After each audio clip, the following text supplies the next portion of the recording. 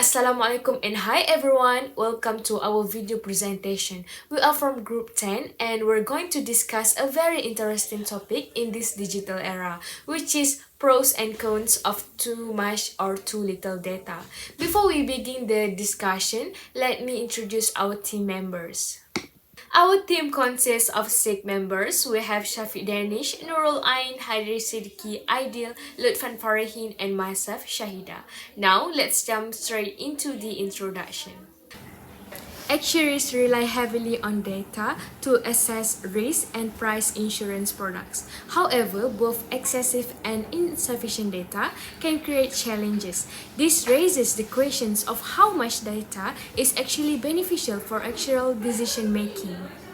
Big data is defined as datasets that are so large, varied, and fast-moving that regular software tools cannot easily store or analyze them. Meanwhile, small data consists of limited amounts of information that are usually collected in a very controlled way to answer a specific question. But this has sparked a major debate: big data versus small data. On one side, big data fans believe more is better. They argue that tracking an entire population where n equals all cancel out errors and reveal universal truth. On the other side, critics call this magical thinking. Big data is often just a messy byproduct of digital system, not a tool designed for a specific job. In fact, a small high-quality sample frequently outperforms a mountain of low-quality data. Most importantly, by optimizing for the average person, big data completely erases the unique story of minority group who don't fit the main trend.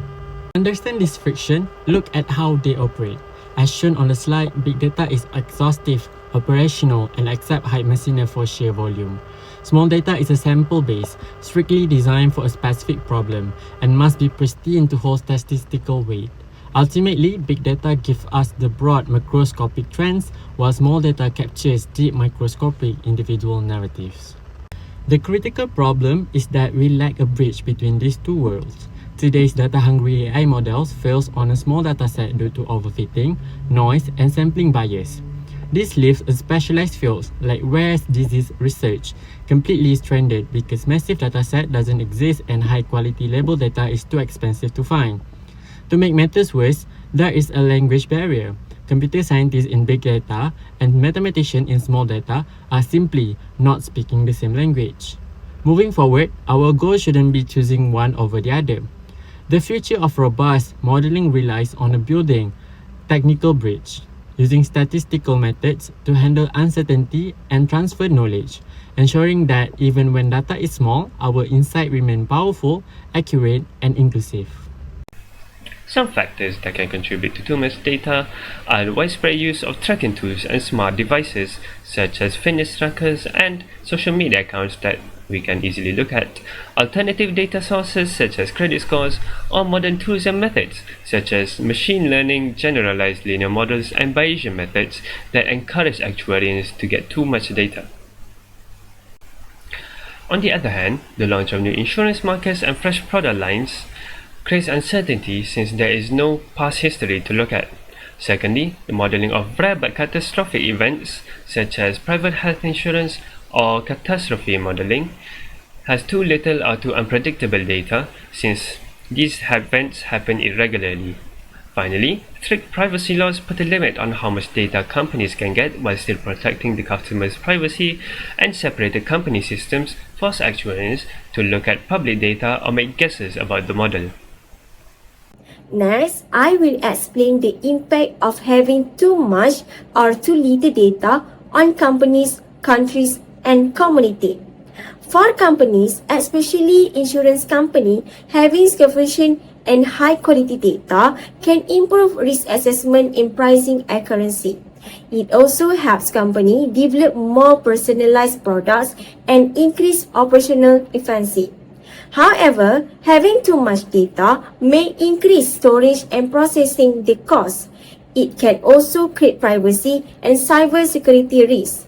On the other hand, having too little data may lead to inaccurate pricing, poor risk estimation, and financial losses. At the country level, data supports evidence-based policy making and strengthens the stability of financial and insurance markets. It also encourages innovation and contributes to economic growth. However, extensive data collection may raise concerns about privacy and data protections. If data is misused, public trust in government institutions may decrease. Meanwhile, insufficient data can make it difficult for policymakers to make effective decisions. For communities, responsible use of data can lead to a fairer insurance pricing, better public services, and improved disaster preparedness. It also increases awareness of data privacy and digital literacy. Nevertheless, excessive use to personal data may create privacy concerns and ethical issues. There is also a risk of algorithmic bias, which may lead to unfair treatment of certain groups. In addition, limited data may result in inaccurate risk assessment. Hi, I'm Lufan Farihin. For my part, I will explain the approaches taken by different parties on the issues of too much or too little data. First, individuals such as actuaries and data analysts should use data critically. They should not assume that more data is always better. Instead, they need to check whether the data is relevant, reliable, and suitable for the model. When data is limited, actuaries can use methods such as credibility theory to combine limited experience with the broader data. At the same time, they must protect customer privacy and use professional judgment. For companies, the main approach is to strengthen data governance. This means companies must manage data quality, security, and proper usage. They should clean and validate data before using in actuarial models. Companies should also avoid collecting unnecessary personal data because this can increase privacy concerns. Model testing is also important to reduce risks such as overfitting, bias, and unfair pricing. At the country level, governments and regulators have an important role in controlling how data is collected, stored, and used. Data protection laws help ensure that companies only collect data for clear and lawful purposes. Regulators can also make sure that the big data and machine learning are used fairly in insurance. Besides that, governments can provide public data sets such as population, health, accident, or climate data to help actuaries when company data is limited. Finally, communities also play a role. The public should be aware of how their personal data may be used in insurance pricing and underwriting. Community groups can raise concerns if data is used unfairly or causes discrimination. Communities can also support better data collection by participating in surveys or local risk studies. Overall, these approaches show that the issue should be managed through balanced, ethical, and responsible data use, not simply by collecting more data. My name is Muhammad Aidil. In this section, I will discuss what we have learned from actuarial knowledge regarding the issue of having too much or too little data. Firstly, the law of large numbers teach us that larger datasets generally help actuary make more accurate risk estimate because actual claim experience become closer to expected outcome. However, this issue also shows that the more data does not always mean better decision.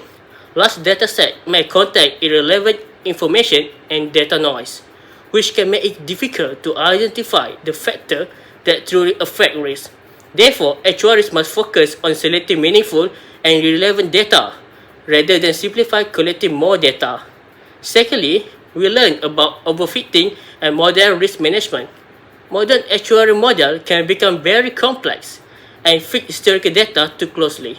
When this happens, the model may perform well on past data but produce inaccurate prediction for future events.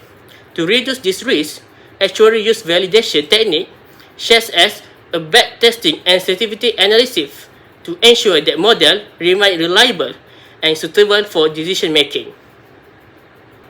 Besides dealing with excessive data, actuaries also face situations where there is insufficient data available. In this situation, credibility theory becomes important because it allows actuaries to become internal company data with external industry data to produce more reliable estimates.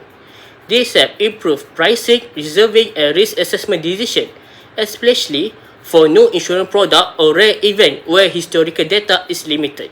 Another important lesson is the importance of data governance, ethics, and professional responsibility. Actuaries often work with sensitive customer information, so they must ensure that data is collected and used responsibly. Privacy, fairness, transparency, and accountability are essential to maintain public trust and avoid misuse of personal information. In conclusion, this issue teaches us that successful actuary practice is not determined by the amount of data alone. Instead, it depends on using the right data, applying appropriate actuary method, and maintaining ethical standard in decision making. To manage data imbalance, actuaries should validate models regularly, use credibility theory when data is scarce, and maintain strong governance to ensure data quality, security, and ethical use. In conclusion, both data abundance and data scarcity present challenges in actuarial practice. The key is not simply collecting more data, but ensuring that the data used is relevant, reliable, and ethically managed to support sound actuarial decisions.